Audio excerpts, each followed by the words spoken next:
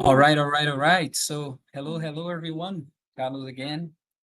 Another Evolve Expert session number 66.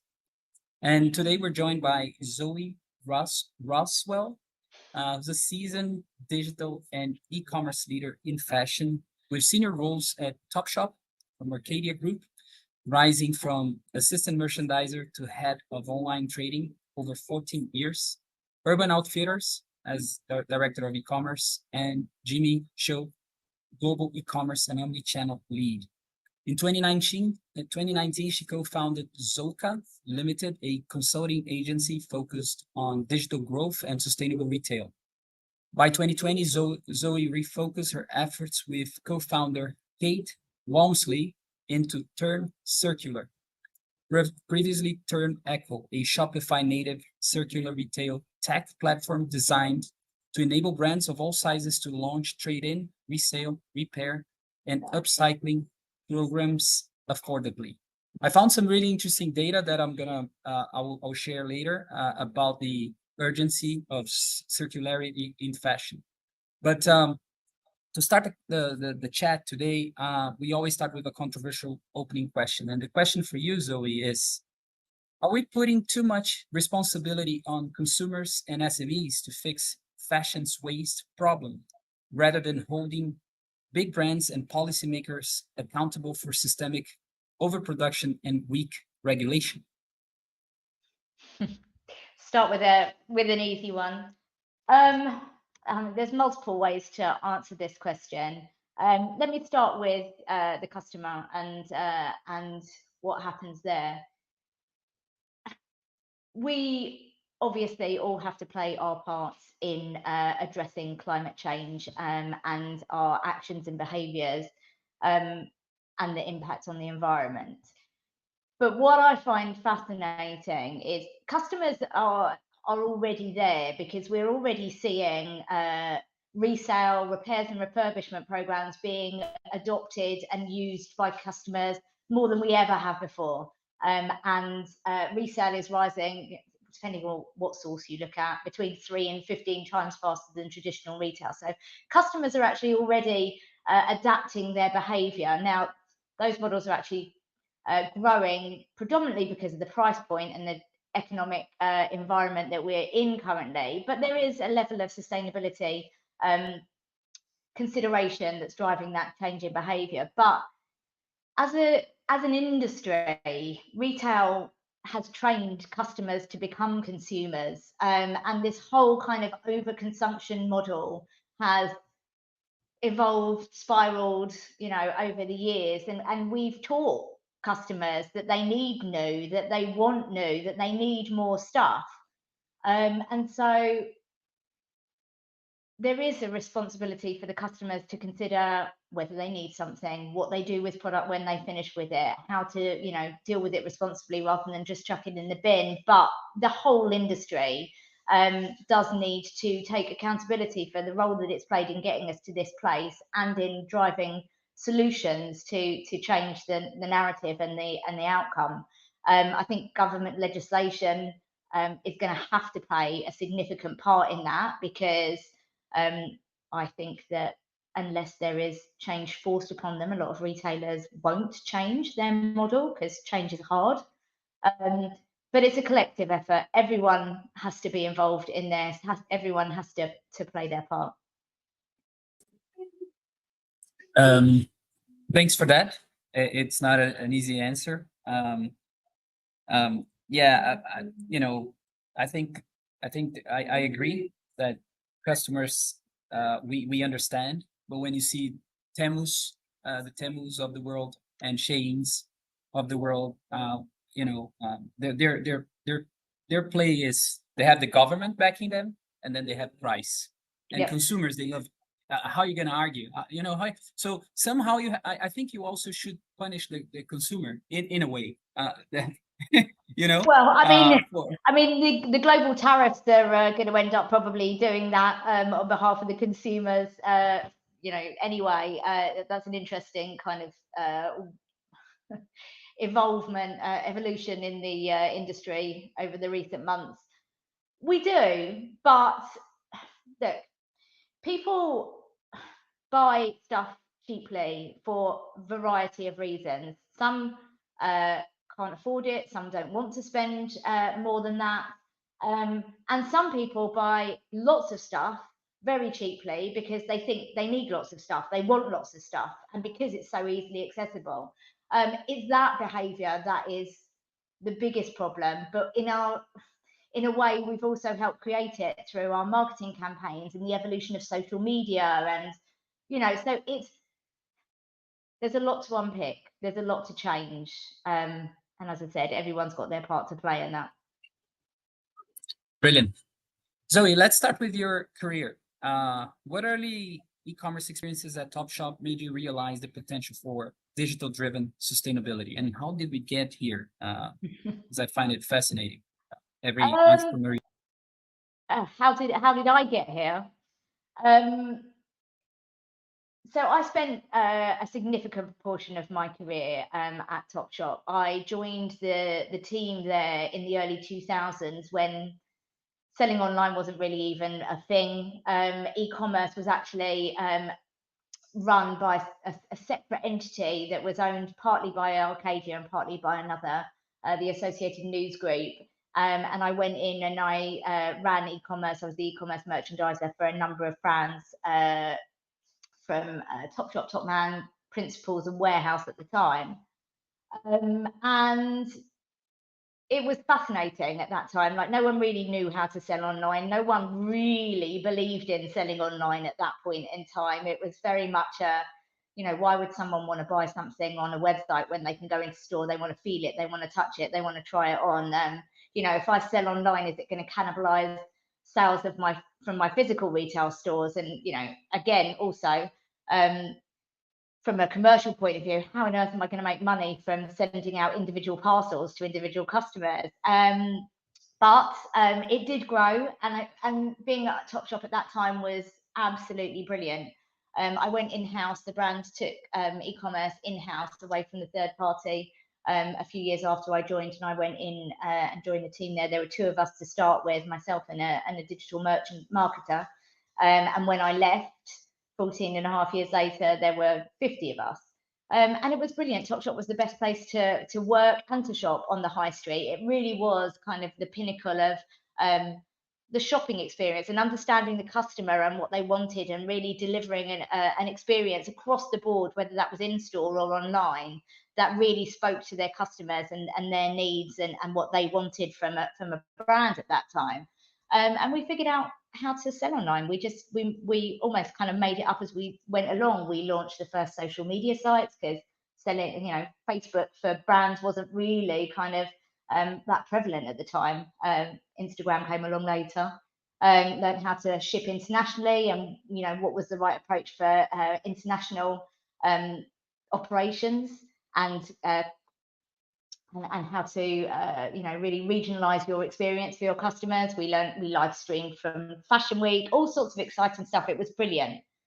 I wouldn't say my knowledge and interest in sustainability necessarily stemmed from Topshop, but what I did really get was an inherent love of digital, a love of the retail industry, and a real strong purpose of delivering good experiences for customers, whatever that might look like.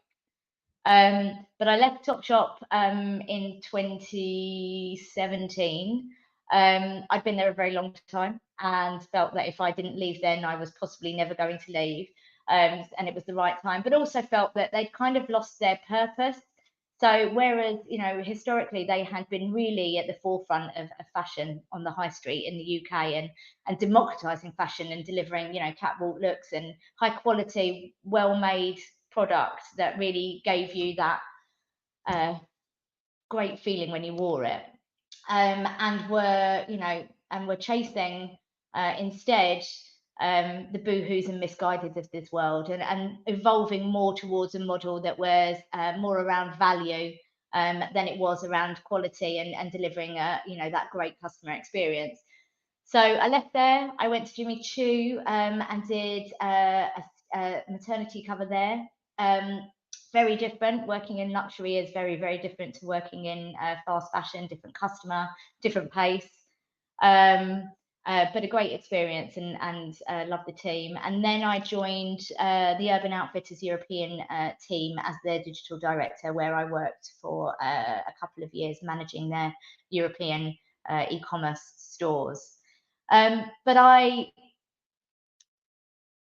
as I said, I was always thinking about customer experiences, listening to what my customers were talking about, understanding what was driving them, what was motivating them, and really kind of, always looking to see what's next in the market, what did I need to be considering as a digital director, and seeing the rise of secondhand online growing really rapidly, and getting really quite excited about it, because very much like when e-commerce first started out and no one was doing that online particularly well, secondhand online wasn't, and still isn't to an extent, done that well. Feels like a secondhand experience. Photography is not great. Product discovery is difficult. And just felt, actually, hang on a sec. I'm much more aware of the industry's impact on the environment. I can see the rise of secondhand online. Maybe this is, the opportunity to do something slightly more purposeful with a greater impact that's better for the industry, but that still leverages my skills and experience, but in a slightly different manner. And so I was coming to the end of my contract at Urban Outfitters. Kate, my partner, and I had worked together for 8 years at Topshop, and we'd stayed in touch, and we're always talking about how we might work together and what that might look like. And she was coming to the end of her contract too, and we were like, right, let's do it. Let's do something together, and let's look at the way the industry is evolving and how we can play a part in that. And that's really kind of what kicked off Zoka, which is our digital consultancy business. So we started that in 2019, started working with brands and retailers of all different sizes, predominantly on their digital strategy, but with a sustainable retail focus. We wanted to learn more about the challenges in moving to a more sustainable model within the industry. We wanted to learn about the questions that were being asked internally, where retailers were at. We started to learn about the term the circular economy, which wasn't something that was particularly prevalent at that time. And we ended up consulting for a circularity startup who were running a pilot take back and resale program for a very large sportswear brand. And they needed some help in setting up their physical operations. They were taking the product back in on behalf of this brand, and they needed to set up the operations that, checked the product, inspected it, graded it, cleaned it, photographed it, and then, decided where it was going to be resold, what price it was going to be resold at, etc., and really get that kind of end-to-end resale operation and fulfillment piece set up. So we went in and did that, and that was a fascinating experience. If you ever want to learn how to clean a pair of trainers quite quickly and easily, let me know.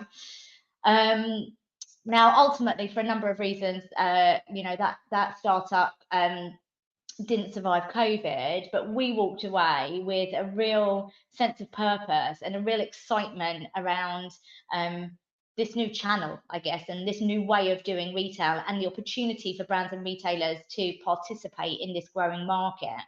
There wasn't a huge number of tools or businesses out there that would enable brands and retailers to take control of their pre-owned market and customer directly. And that's really where the idea for Turn was born, because we believe there is a huge opportunity for brands and retailers to recognize this shift in customer behavior and to build circularity directly into their business, to not only help them deliver against customer expectations, but also make them future fit for multiple reasons, which I'm sure we'll touch upon shortly.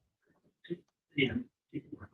I like asking every single person on this show, about their origin story because it explains a lot. I find it fascinating always. Tell me a bit about your business model. I'm looking at the website while you're speaking, right? I'm look, we'll go back and forth if you don't mind. I like doing that. Um, but here you talk about let me just see, circular services, trade in, buyback, take back, resale, reuse. That's what your platform, that what term circular uh does. So can you explain what's the business model? Are you creating a network of brands to create some sort of network effect? Tell me a bit about your business, your vision, how things are progressing, so we can take it from there. Of course. So, our mission is to make circular retail something that every retailer can offer, and that something that every customer can expect. Uh, it turns circular, at its very core, is a circular retail software platform. It is a white label solution that lives within the retailer's owned experience. So either on their website or is capable of being used in store as well. And it allows them to run take back or buy back or trade in, whichever is your preferred terminology, programs, resale programs, repairs, upcycling, or donation programs, but directly within their business. And that is the crux of what we're delivering, is a brand owned experience. So in essence, a retailer can set these programs up using our software. Their customer comes to their website, identifies the items they want to trade in, sees an amount of credit the retailer is willing to offer them for it, packages their items up, sends them back to the retailer, and then the credit gets issued. And then the retailer takes ownership of those pre-owned products, and they can reuse them, resell them, donate them, recycle, depending on what the product is, what their business objectives are, what the condition of the product is. We don't dictate what happens to that product. We give retailers the tools to run their programs the way that's right for their business and their customer. And at the kind of the end user is the customer, and the problem that we're solving for the customer is, as I'm sure we're all very well aware, we've all got stuff at home that we no longer want, need, or use. It might be a pair of trousers that don't fit us anymore. It might be a sofa that the family's outgrown that we need to change for a bigger one. It might be a kettle that's broken. We've all got this stuff in our houses, in our lofts, in our sheds, in our garages, that we don't know what to do with. We know that throwing these things away isn't the right thing to do. That doesn't feel great, but we lack really easy solutions to deal with these products responsibly. Now, a lot of people are happy to use peer-to-peer marketplaces like an eBay or a Vinted or whatever and resell products themselves, and that's great. That is definitely a rapidly growing part of the circular economy. But the challenge with peer-to-peer marketplaces is, not every customer wants to be a seller because it's hassle, right? You've got to photograph the product, you've got to list it, you've got to haggle with customers. You're also not guaranteed to sell it or to get what you want from it. And so you may end up making all of this effort and still end up with a product, in your house that you can't get rid of and end up throwing it away. The beauty of a brand owned or retailer owned take back program is that there is always, therefore, an exit route, an exit strategy for a customer when they've finished dealing with the product, right? I know if I buy this product from brand A, they run a take back scheme. When I'm done with it, for whatever reason that is, they will take it back off me. And there's some really great data out there. There was a study run by the Boston Institute around the impact of take back schemes on customer behavior. And they took 4 years worth of data, and they showed that if a customer knows up front that a retailer runs a take back scheme, the customer is willing to spend more on that product up front in the initial purchase. So their ASP is higher. They then spend more frequently with that retailer on an ongoing basis as well. So it's driving customer acquisition and lifetime value just by knowing that there's a take back scheme, because you know that they're already dealing with a problem that you're going to have somewhere down the line. And the benefit to the retailers for running these programs are, well, if we start with this behavior is already happening, right? I talked about marketplaces already. So Vinted is Europe's fastest growing retailer. I think it's France's biggest fashion retailer right now, right? So if you're a brand or a retailer, the reality is that your customers are already buying and selling your product secondhand, but somewhere else. So it's happening off your platform. You have no involvement in it. You've got no control over the quality of the product, the pricing. You don't have a relationship with the secondhand customer, and you don't own the revenue opportunity. So there's a recognition that this behavior is already happening and that there is an opportunity to take back your market share and take back ownership of your product in the secondhand market and build that relationship directly with that secondhand customer yourself.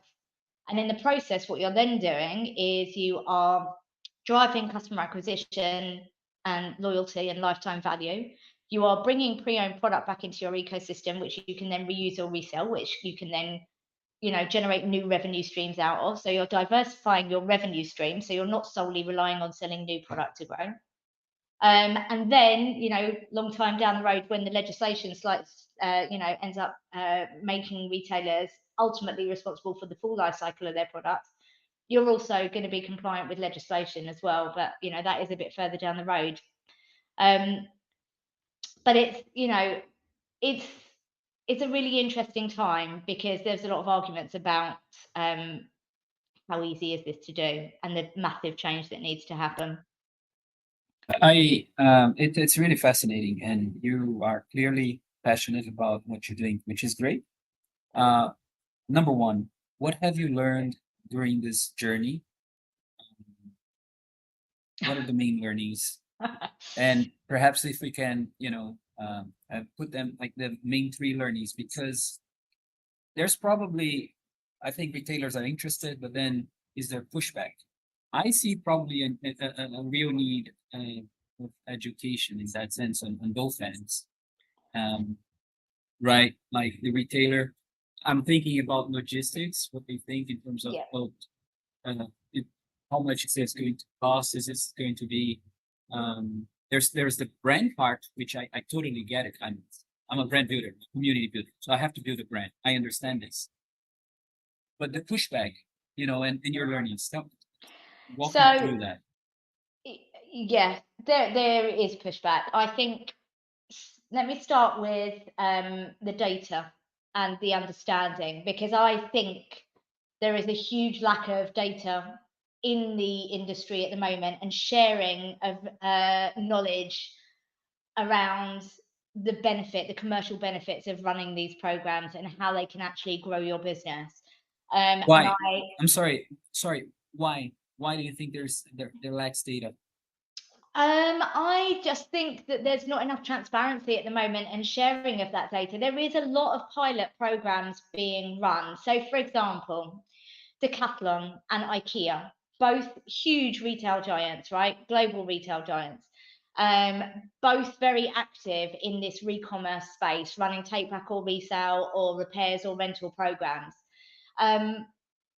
Maybe someone can kind of tell me that I'm wrong on this. I have never seen any significant data shared from these companies around how it's actually commercially impacted their business and what the outcomes of running these programs actually are. There's a lot of talk about what they're doing and why they're doing it and how it's an inherent part of their business strategy moving forward, but not necessarily the detailed information around, like, did it drive customer acquisition? How much did it cost you? Can you make profit out of it? And I think that is definitely something that we're looking to address by publishing, case studies and white papers of the clients that we're working with to demonstrate the value of these programs, so that you're kind of breaking down some more of those barriers to participation. But the commercial aspect of it and the logistics part of it are definitely barriers that or questions that we get asked a lot. What's fascinating is the arguments that I mentioned earlier around kind of e-commerce when it was first out. Sounds too hard. How are you going to make money out of sending out individual parcels? It's going to cannibalize my physical retail store sales. Same arguments being had now around circular retail. Sounds really hard. doesn't sound, I don't know how I'm going to make profit out of pre-owned products. If I've got to buy it back and then get it ready for resale and then resell it, that, you know, what are the unit economics on that? And it's going to cannibalize sales of my new product. Very, very similar arguments.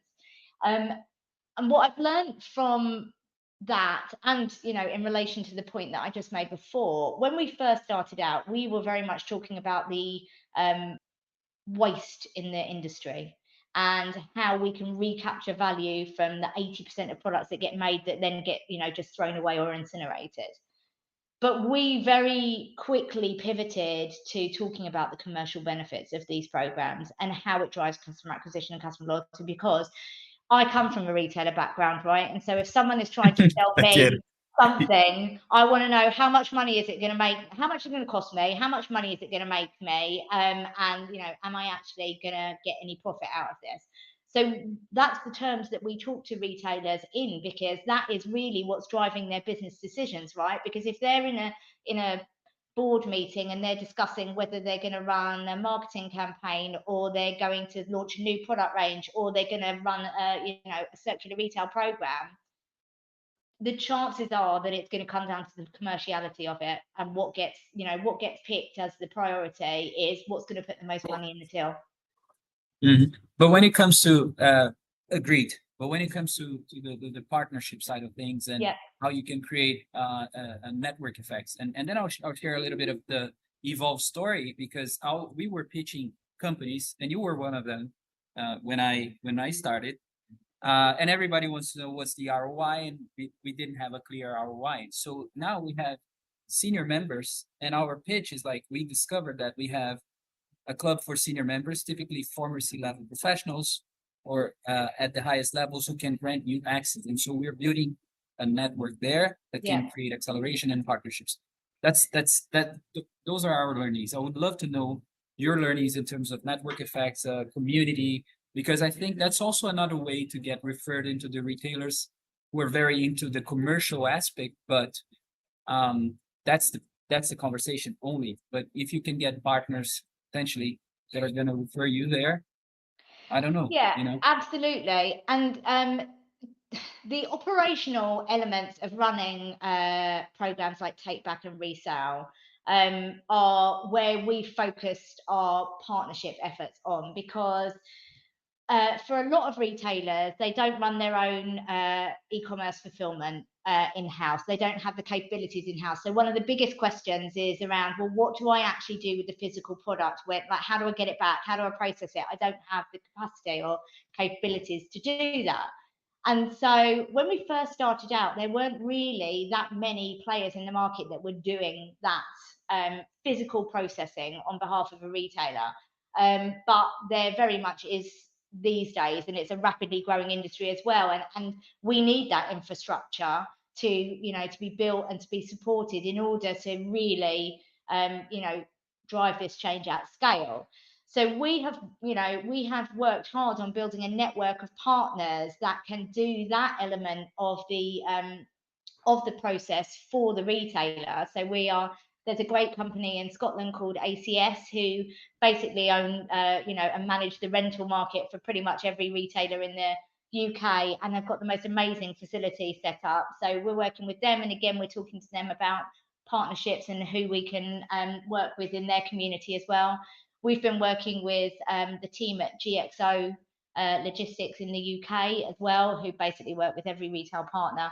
And we're asking our retail partners, our clients, to share their stories and to share their learnings for that network effect as well. Retail has, as I'm sure many industries have, you know, a looking over their shoulder impact, like who's doing what and where and who are they doing it with? Okay, hang on a sec, maybe we want to have a chat with them. And so that whole community aspect of sharing, talking about it, being open about what you've tried, what you haven't tried, what worked, what didn't work, and what the benefits or, you know, commercial output of it is really important to us. And we're still, you know, we're still evolving that network and that community, but it definitely forms a really strong part of what we're trying to do and how we're trying to go and get our, you know, get the noise out there. Very, very cool. Zoe, we always invite our members to jump in if they want to interact with you. You're gonna see here. Redmond had a question. Redmond, if you're available, we can invite you into the chat so you can talk to Zoe. Yeah, I'll ask you a question. Let me see about um, some cool customer business cases that you guys have now. Can you share some of those stories like that you've seen from a brand perspective, community perspective, maybe data, you know, how that it increased in sales perception. I don't know. Yeah, so let me share a story around one of our first partners who has been a brilliant client and partner to date, a Swedish children's wear brand called Polano Pirret. So we approached Polan a couple of years ago now. They were running a manual take back and resale program on their website. Now they're a really interesting brand. They come from an ethos of sustainability. Their core value is that every product that they make should last at least 3 children, and the name tags in all of their coats have got lines for 3 names so that you can cross one out when you pass it down to someone else. But they were running a manual program. It was quite limited. They were only running it and allowing take back on a very small part of their product catalogue. But every time they listed those products for resale, they sold out within minutes. So we approached them and said, "Look, we'd love to work with you. You're everything, you know, that we want in a retail partner. We're looking to partner with." We'd love to help you grow and scale your program. We think it could be really valuable to you to offer it on everything within your catalog. And they were like, great, let's have a conversation. So what we started off working with them was a bit of a customer insight piece. We went out to their customer base and asked their customers, what do you do with product when you're done with it? Do you buy or sell in the secondhand markets at the moment? If you do, why do you do that? And how do you find it? And if you don't, what are the barriers? And what we found is, you know, was very similar to what I've shared already, that more people are willing to buy secondhand than they are to sell secondhand because of the hassle factor. So the demand is higher than supply. But there was a very active secondhand community for this brand on Facebook, etc., who, you know, were already buying and selling, and that was an opportunity for the brand themselves to tap directly into it. So first was kind of setting the use case. Okay, customers are already there. They do want to participate. They are buying and selling secondhand, but they want to be doing more. Second part of that was, okay, well, what does a program look like for you guys? If we were going to offer it on everything, and this is the thing that we do with most of our retailers, we start with a P&L model and we build up okay, if you're going to take back this product, what can you take it back at? If you're going to resell it at X, and what does the profitability of that product category look like? And we worked through all that with them as well. The third piece was, okay, well, who's going to manage the physical product processing? Because we're not bringing it back into head office. And so we went out to market with them. Now, they were already working with GXO as their 3PL, so their e-commerce fulfillment partner. And GXO were already doing a level of what they call rejuvenation for them. So replacing poppers and zips and stuff on coats that came back that were damaged and needed repairing. And they were like, yeah, we can do this for you. We can, you know, we can help you bring that pre-owned product back in. We'll inspect it, we'll grade it. They invested in an ozone cleaning chamber, so they clean all the product. They set up a photography studio, so they're photographing the product secondhand. And we worked through all of the operational aspects of what's required in order to get that done. And then we launched with them, and it was phenomenally successful. The customer engagement was, off the charts. They took product back for the first 2 to 3 months to build up a supply. When they launched the first drop of resale on their site, it sold out within a day. And the program since then has just gone from strength to strength. So what's really interesting is, and coming back to the point that I talked about earlier around it really needing to be a truly brand owned experience. So Polan sell their secondhand product on their main website alongside New. And what they see is that over 50% of the baskets that include a pre-owned product also include a new product. So it's not that a customer is either a second-hand customer or a new customer. They're actively choosing between the two, depending on what the product selection is and what they're looking to buy that day. And I think that's a really interesting point for retailers to think about, because what we're seeing at the moment is there's a lot of secondary resale websites. So a brand is working with a third party who is running take back and resale on the brand's behalf, so it's a branded experience, but it's on a secondary website. And the challenge with that is, from an operational perspective, it's more expensive. But secondly, you're then asking your customers to choose from the outset whether they're a new customer or a pre-owned customer and which website they want to go to. And thirdly, you're then splitting your marketing efforts and your marketing budgets across two different sites. The true value, and I appreciate this may take a while to get to for some brands, is really in a fully integrated experience where you are offering your customer access to your brand and your product, regardless of whether it's new or pre-owned, regardless of whether it's an old product that they've got that they need to repair, and you are the best person to repair it because you made it in the first place, so you know how it was made, so you know how to repair it. So yeah, so they're seeing some really interesting data like that. They're seeing, the average customer spend uplift on the credit issued. So if you issue £10 in credit, it's 2.5 to 3 times what the customer is then spending with that brand. So they're seeing incremental revenue from it. And they're also seeing now that resale is accounting for approximately 5% of their total revenue and 10% of their units sold. So it's contributing to their overall business growth. And they've got an ambition to get it to 25% of their sales in the next few years as well. So they're a really great case of fully embracing it, working with existing partners to help them with the parts that they don't have the capacity to do, but still owning the program from start to finish, and then really seeing the benefits from a commercial point of view. Brilliant. Redmond, go ahead. Hi, thanks for that, Carlos. Zoe, I put a message, I put a question in the chat about 15, 20 minutes ago. Yep. But I think quite a lot of what you were just talking about since then has touched on a lot of this, and I can see that you're clearly passionate about what you do, and I absolutely love it, by the way. My question was, and I know you got a lot of proof points around this, and you got a lot of stories to tell here, as you've been doing in the last 10 minutes. But do companies ever get concerned that take back schemes end up leading to a perception in the marketplace that there's a cheapening to their brand or their products if it appears that customers are able to choose between a brand new one or a second-hand one on the same site? I mean, don't get me wrong, I completely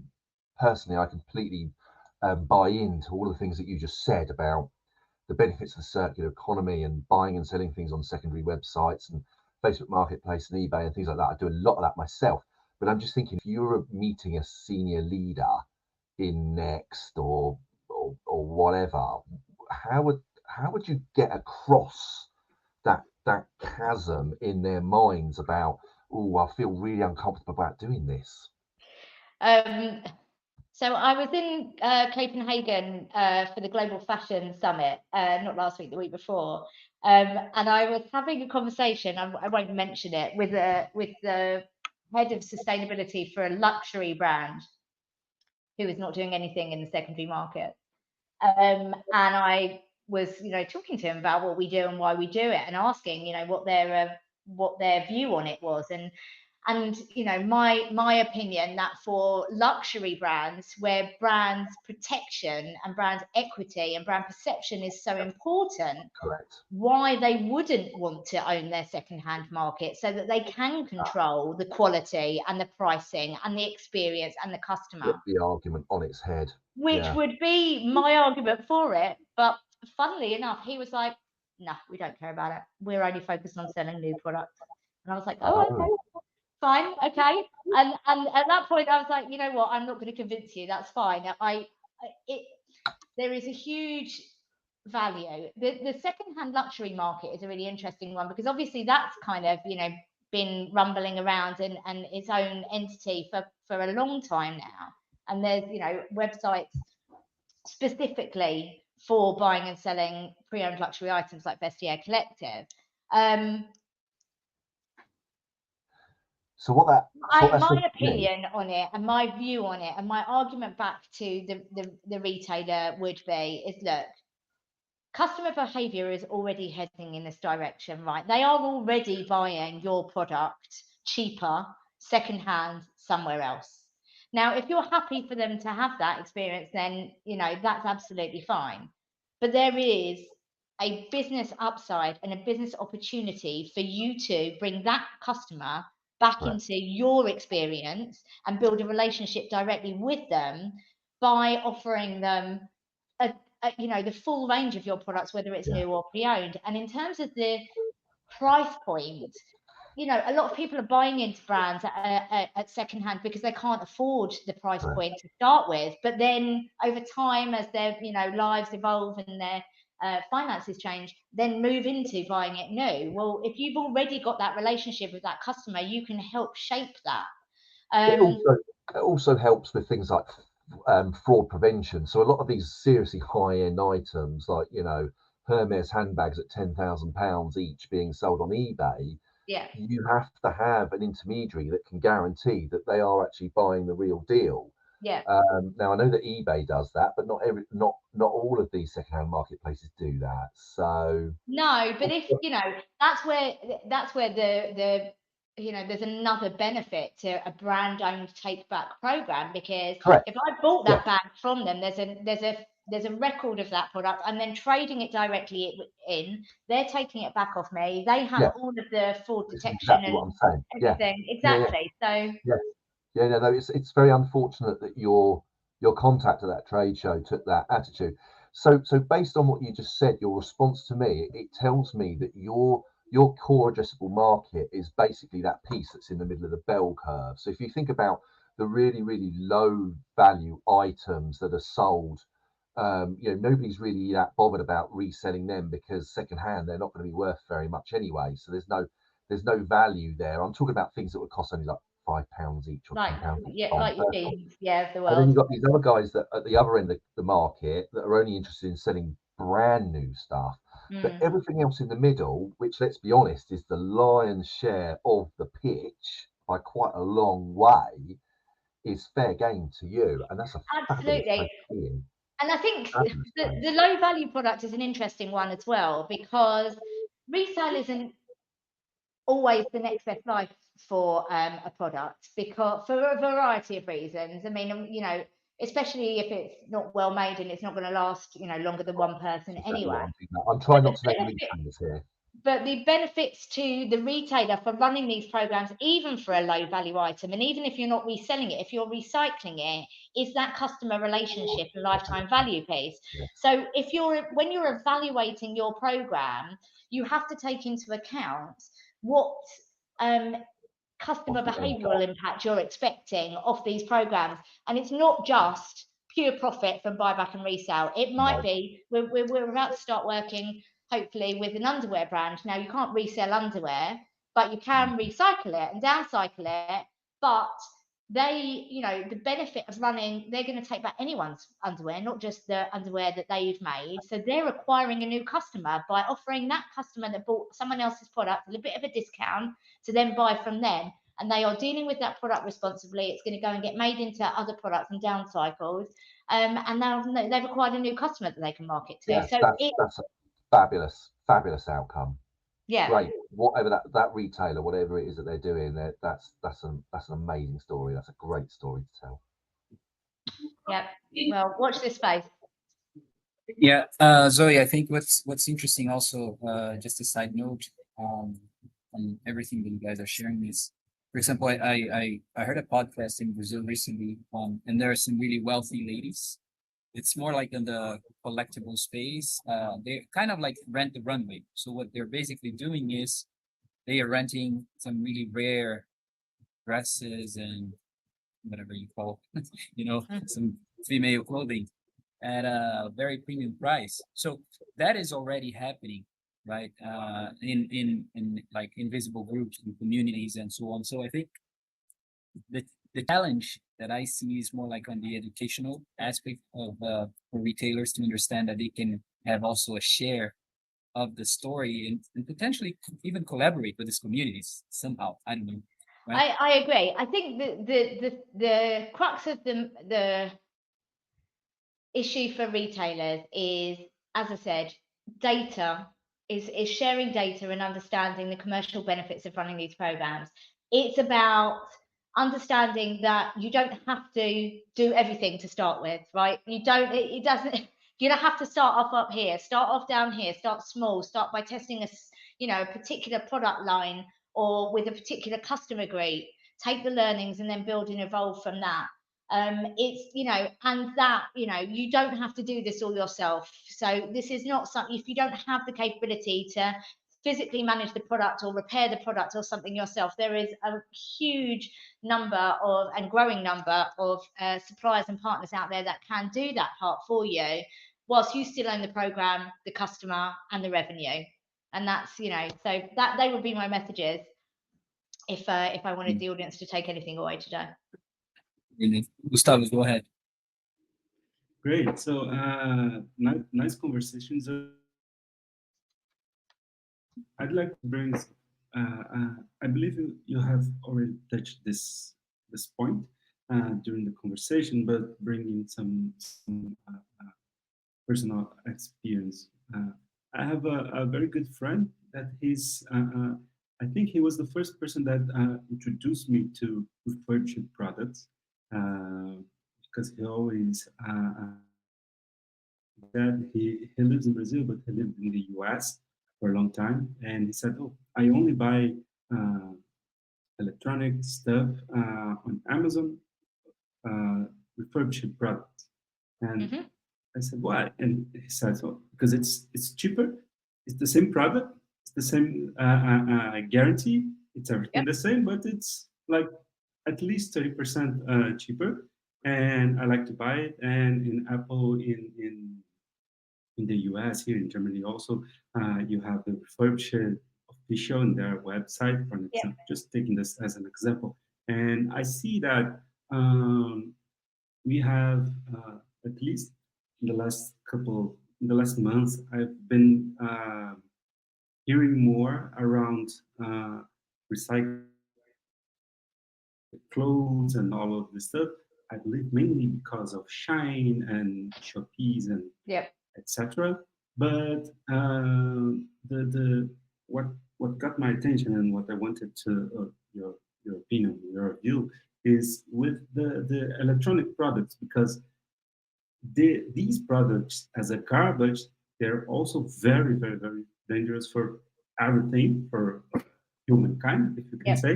And also you have this situation by refurbished products that are basically new or guarantee and etc. But I believe from the customer part, it still have a little some kind of I forgot the word, some kind of prejudgment around that product. So they believe it values less, it's not that good, something like that. I don't know. Bias. That's what you meant. Some bias from the customer. So sorry, you're saying that you think customers don't think that the product is as good if it's refurbished? Yeah, something like that. Do you see that?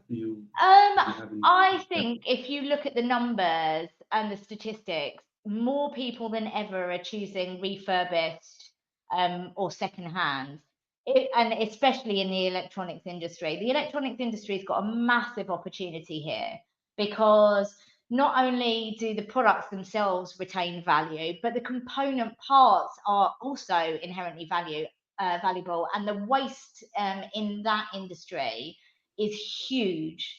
And where it gets really interesting around running take back programs are, to the point that I was making earlier, you don't necessarily have to resell that product as it is. You can break it down and put the component parts back into your supply chain. We all know supply chains are massively disruptive, cost of goods is growing, margins are eroding. if you can find a systematic way to bring that product back into your ecosystem at scale and then put those parts back into your supply chain, that's a huge win. You can then sell them as spares and repairs. I've got a kettle, right? I've bought this kettle, and I know it's stupid. I've bought it 3 times now, and 3 times after a while, I mean, it gets used quite a lot.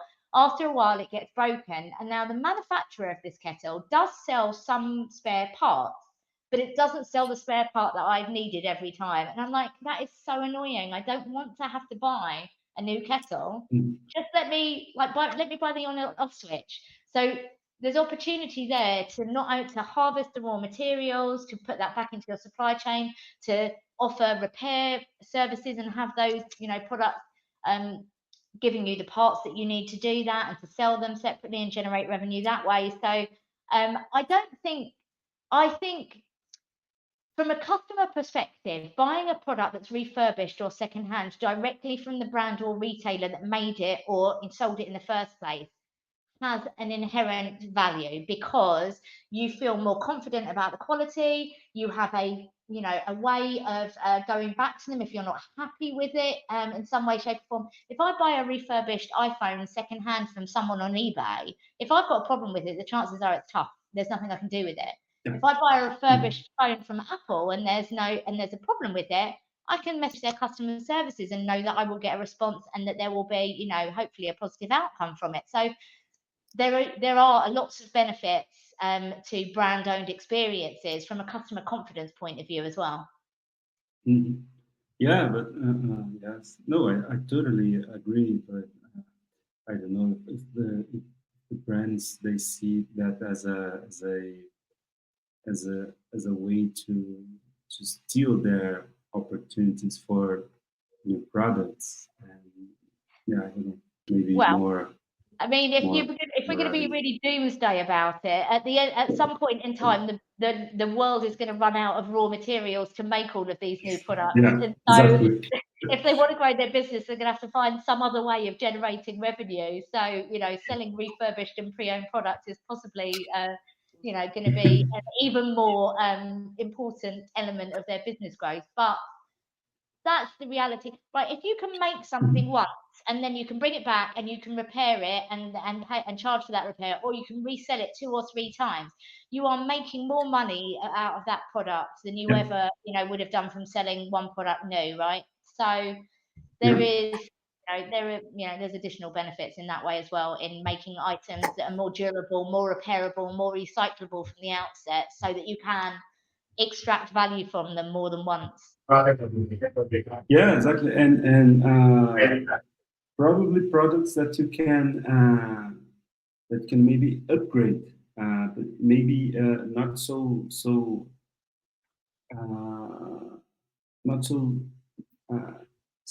So let's use an analogy. Not so closed products, like, for example, if you have an iPhone, a cell phone.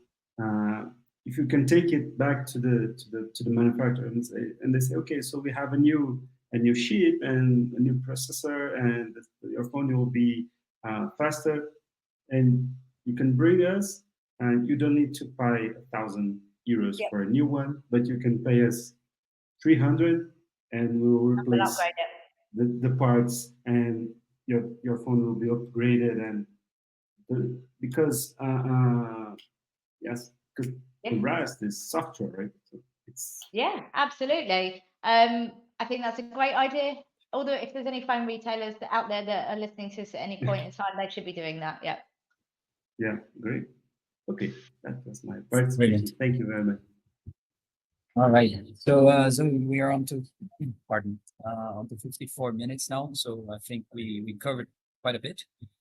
Maybe some final remarks, from you, and your views on the future, and of course, time to pitch, and feel free to to pitch your solution. To pitch our solution.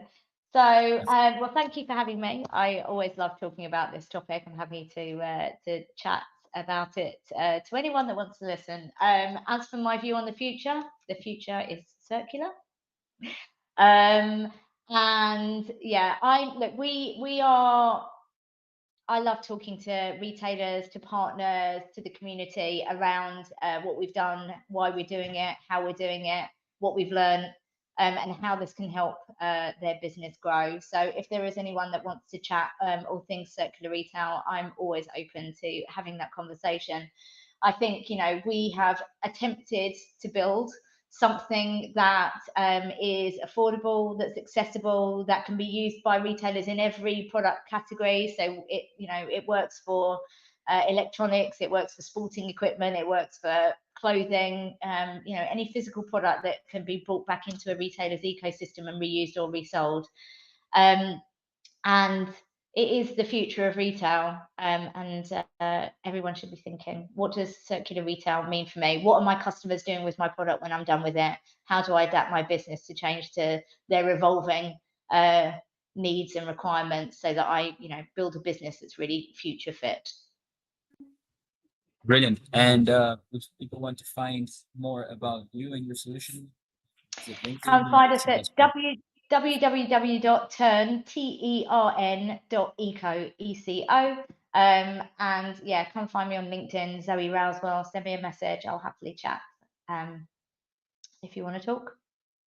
That sounds very good. Zoe, appreciate it. See you at the backstage. Thanks so much for now. Thank you.